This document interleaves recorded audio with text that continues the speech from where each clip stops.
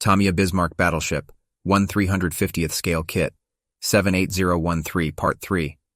In this Sunward Hobbies article, I'll continue with the build of the Tamiya 1/350th scale model of the German battleship Bismarck. In steps 4, 5, 6, and 7, you'll see plenty of masking tips along with painting and parts cleanup tips. You're going to be flipping back to the paint scheme page when you begin the model. I strongly recommend labeling this page as you have done with plastic sprue trees. Make sure to lay down 2 medium wet coats on the deck plates. They are going to get a fair amount of handling, so the extra paint will help with chips flying off. Here's an option. I wipe down my fine parts with IPA. A gentle rub using a soft cloth will remove finger marks and condition the plastic for primer. Remember, paint loves a clean surface.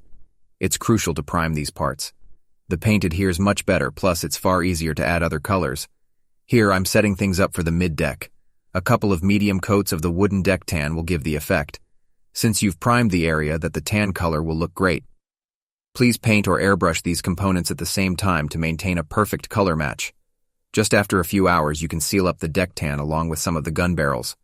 I like the contrast with a dull look and the semi-gloss of the barrels.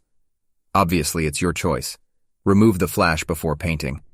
I always mask the entire area to have less spots to touch up. The aft deck section does not have raised plastic lines, so you'll have to use the painting guide on page 11 to work out the proper location of the insignia. Again, clear coat this small spot. After you've clear coated and let that dry for a couple of hours, at least, the masking can begin.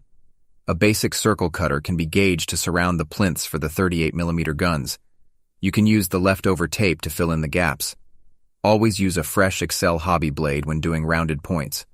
It will take you a solid day to mask this mid-deck area off, but the effort is worth it. Sunward Hobbies have many solutions for your taping and masking needs. Consider purchasing wider tape for broader points like the main gun supports. Use a thin 1mm strip to fill in the gaps of these molded-in rope holders on the deck. Mr. Hobby tape products are super easy to work with and save you a ton of time. Overcut the size to make your life easier. Make sure to overlap the edges so the Tamiya dark gray XF54 doesn't leak up on the wooden deck tan color. I burnished down the tape with my thumbnail. 1/4 of an inch is my rule, but you decide.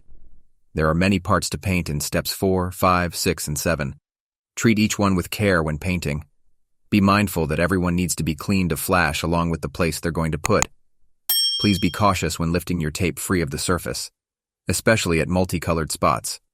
As always, I lift my tape as horizontal as possible. You get less curling and it doesn't stress the paint as much. Discard the masking tape after 2 uses. You'll encounter color flecking at the edges, which are a horror to paint over. Because you've clear coated, there's no need to detack those small and large lengths. There are some parts to add on the aft deck. All those need to be cleaned up to fit and look right. Do yourself a huge service by buying from the store a package of Alpha Abrasives thin sanding sticks. You can roll them over the part to decrease the flat lines of a blade, just a tip. The 15mm guns must be masked for the proper look. I wanted this model to look as it went to sale on May 18th. There's a personal connection who served on the Prince of Wales. The darker tone of the Tamiya XF24 really shows up in brighter light. The connection parts are really loose. Holding them will solve this. Sure, it's a pain, yet it must be done.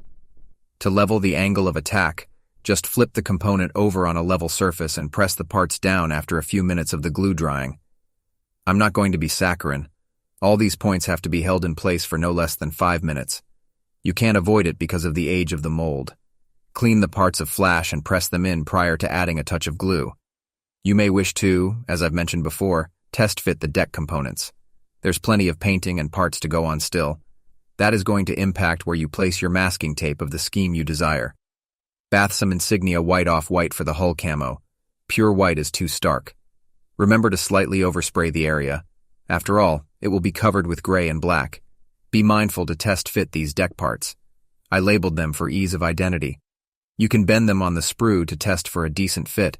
Treat each one as a separate mini model. You'll have to hold or clamp these turrets down. Consider a semi-gloss finish for the guns. It is not inaccurate and leaves a cool-looking differentiation in a ton of dull-looking grays. Use a high-quality clear coat. Floor finisher is not refined enough for this hobby. Believe me, the flaking will drive you nuts.